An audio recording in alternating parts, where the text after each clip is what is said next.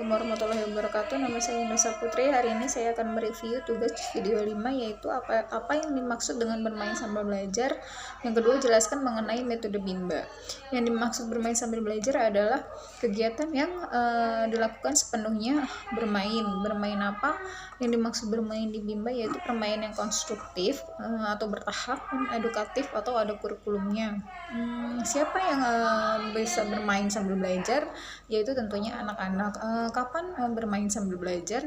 Itu bisa di mana saja bermain sambil belajar. Kedua, kenapa bermain sambil belajar? Karena dengan bermain sambil belajar dapat menumbuhkan karakter minat belajarnya. Di mana bermain sambil belajar itu bisa di mana saja, bisa saat melakukan Bimba interview atau bisa saat Bimba tatap muka. Bagaimana caranya bermain sambil belajar? Yaitu dengan menerapkan paradigma Bimba dan metode-metode Bimba. Yang kedua, jelaskan mengenai metode Bimba. Metode Bimba itu ada 3. Yang pertama fun learning, yang kedua small step system, yang ketiga individual system, dan satu metode penunjang yaitu variation skill.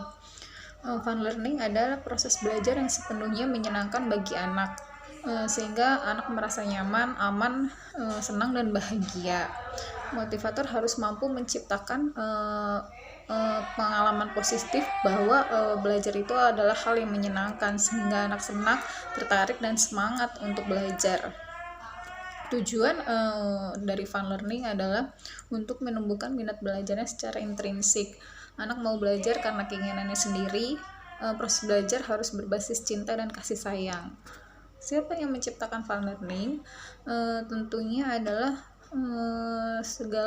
semua komunitas Bimba, terutama yaitu motivator dan kepala unit. Motivator itu bertanggung jawab untuk menciptakan kegiatan yang fun learning bagi anak saat di kelas, misalnya mengajak anak berdialog atau bernyanyi, bercerita, berdongeng, dan mengajak anak untuk bermain bahasa Bimba, dan selalu melakukan afeksi anak setiap saat. Untuk kepala unit, yaitu kepala unit harus bertanggung jawab untuk pengawasan dalam penerapan fun learning di kelas. Kapan harus menciptakan fun learning? Yaitu setiap saat tentunya. Indikator terciptanya fun learning yaitu sikap dan afeksi anak, apakah dia senang atau tidak. Yang kedua adalah small step system.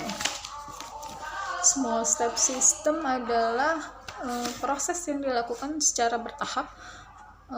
Motivator harus dapat memberikan kegiatan yang sesuai dengan kemampuan dan kemauan anak. Buat anak tertarik terlebih dahulu dengan kegiatannya, lalu berikan modul-modul atau reward agar anak itu lebih bersemangat.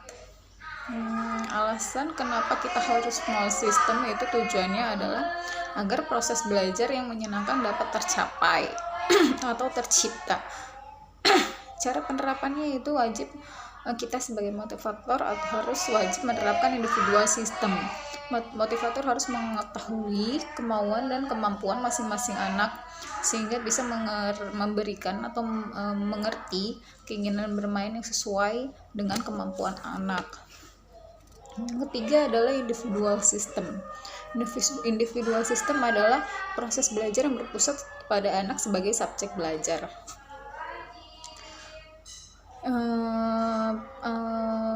Yang artinya anak berperan aktif di dalam proses kegiatan bermain sambil belajar di Bimba. Motivator berperan hanya untuk memberikan motivasi. Tujuannya harus individual system, yaitu agar proses belajar dapat dilakukan secara small step system, karena tidak mungkin fun learning kalau prosesnya klasikal. Cara penerapannya yaitu dengan lakukan pendekatan sesuai dengan karakter anak dan kesukaan anak masing-masing. Yang keempat adalah metode penunjang, yaitu variation skill, yaitu kemampuan yang harus dimiliki motivator dalam memvariasikan antara aspek kognitif, afeksi, dan psikomotorik. Alasan atau tujuannya karena rentang konsentrasi anak itu pendek, mudah teralihkan dan cepat bosan. Tujuannya adalah agar anak tidak merasa bosan, bersemangat, dan antusias dalam kegiatan sambil belajar.